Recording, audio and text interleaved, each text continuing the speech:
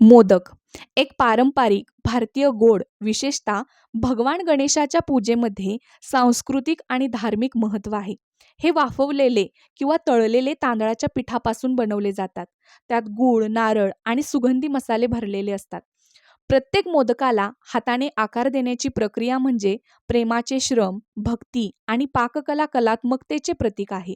मोदकाचे टेक्स्चरचे अनोखे मिश्रण, मऊ बाह्य आणि गोड चवदार फिलिंग एक आनंददायक संवेदी अनुभव तयार करते.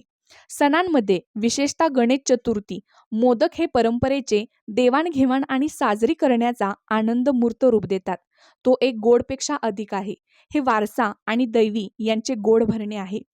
आज मी बनवला बाप्पाच्या आवडीचा पदार्थ म्हणजे तांदळाच्या पिठाचे उकडीचे मोदक. आज मी एक वेगळी पद्धत वापरून बाप्पाच्या नैवेद्यासाठी केले 108 मोदक. गणपती बाप्पा मोरया.